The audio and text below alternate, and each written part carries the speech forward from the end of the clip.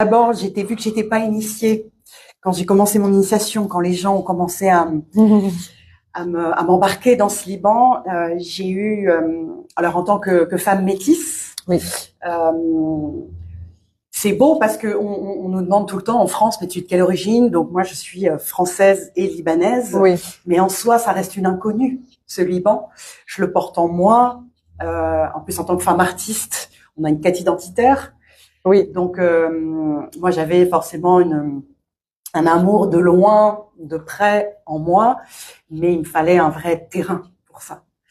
Et le Liban, j'en ai vu tout son potentiel de magie. J'ai beaucoup étudié aussi son histoire et mon empathie a commencé à se développer,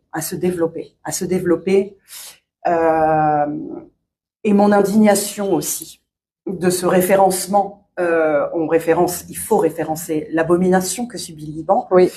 Tout autant qu'aussi il y a un autre référencement qui peut être aussi très clinquant, très bling bling. Ces gens-là, je suis très contente pour eux, voilà. Mais l'entre-deux, la nuance en fait.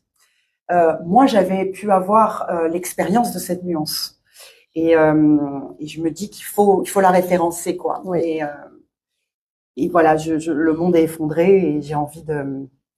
Je me dis voilà, on est tous des petites fourmis, mais je sens que c'est sur ce terrain-là que je dois être. Et donc tu vas rester là pour l'instant. Alors là, j'essaie de m'installer. Tu poses tes valises au Liban finalement. C'est un sacré challenge. Mais je pense que ça donne vraiment la détermination de se dire c'est vraiment là. Vu que c'est pas facile. Oui, c'est pas facile. Ici, c'est pas facile. Au moins ça donne vraiment l'affirmation. C'est vraiment là que je veux être.